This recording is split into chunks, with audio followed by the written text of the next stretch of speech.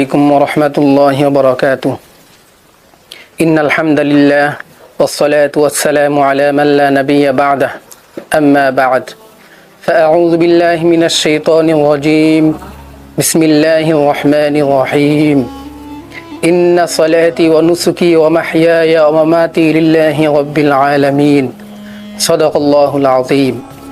কাছে এবং দূরে যে যেখান থেকে আমার এই আলোচনাটি শুনছেন এবং দেখছেন সকলকে আন্তরিক অভিনন্দন মোবারকবাদ। সুপ্রিয় দর্শক এবং শ্রোতা মণ্ডলী, ইতিপূর্বে আপনাদের সামনে দুটি পর্বে আলোচনা করা হয়েছে। প্রথম পর্বে আলোচনা করা হয়েছে কুরবানি কি, কুরবানির ইতিহাস। দ্বিতীয় পর্বে আলোচনা করা হয়েছে কুরবানির গুরুত্ব এবং ফজিলত সম্পর্কে। এই পর্বে আমরা আলোচনা করব কুরবানি কার উপর ওয়াজিব বা কুরবানি ওয়াজিব হওয়ার শর্তাবলী কি। তো শুরুতেই আমরা আসি কুরবানি ওয়াজিব হওয়ার শর্তাবলী কি। হাদিস এবং ফিকহের বিভিন্ন কিতাবাদি অধ্যয়ন করে যে সমস্ত শর্তাবলীর উপর অবগত হতে পেরেছি সেগুলো আপনাদের সামনে তুলে ধরছি। কুরবানি ওয়াজিব হওয়ার শর্তাবলী: 1 নাম্বার, মুসলমান হওয়া, অর্থাৎ অমুসলিম বা বিধর্মী না হওয়া। কেননা অমুসলিম বিধর্মী কাফেরদের উপর কুরবানি করা ওয়াজিব নয়। 2 নাম্বার, স্বাধীন হওয়া, অর্থাৎ গোলাম না হওয়া, কেননা গোলামের উপর কুরবানি করা ওয়াজিব নয়।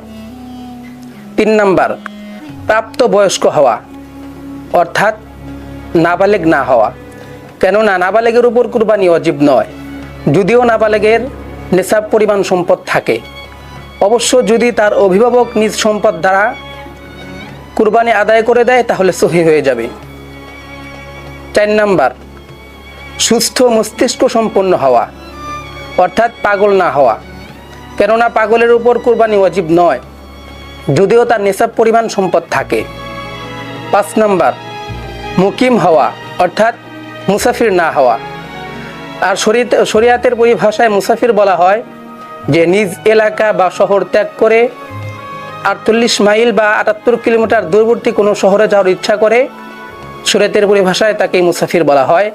মুসাফিরের উপর কুরবানি করা ওয়াজিব নয়। 6 নাম্বার, সামর্থ্যবান হওয়া, অর্থাৎ কুরবানির দিনগুলোতে প্রয়োজন অতিরিক্ত নেশাব পরিমাণ সম্পদের মালিক হওয়া।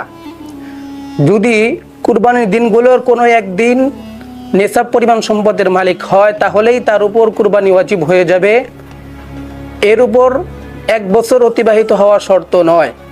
এখন আসি নেশাবের ব্যাখ্যা। নেশাব এটা হলো স্বর্ণের ক্ষেত্রে 7.5 ভরি স্বর্ণ হতে হবে, আর রূপার ক্ষেত্রে 52.5 তোলা রূপা, আর স্বর্ণ বা রূপা ব্যতীত অন্যান্য জিনিস, টাকা পয়সা এবং অন্যান্য বস্তুর ক্ষেত্রে নেশাব হলো 52.5 তোলা রূপার সমপরিমাণ মূল্য। যদি কারো কাছে থাকে তাহলে তার উপর কুরবানি ওয়াজিব হয়ে যাবে। আর যদি কারো কাছে পৃথক পৃথকভাবে স্বর্ণ রূপা টাকা পয়সা পৃথক পৃথকভাবে না থাকে, নেশাব পরিমাণ না হয়, তাহলে প্রয়োজন অতিরিক্ত একাধিক বস্তু মিলে যদি 52.5 তোলা রূপার সমপরিমাণ মূল্য হয় তাহলে তার উপরও কুরবানি ওয়াজিব হয়ে যাবে।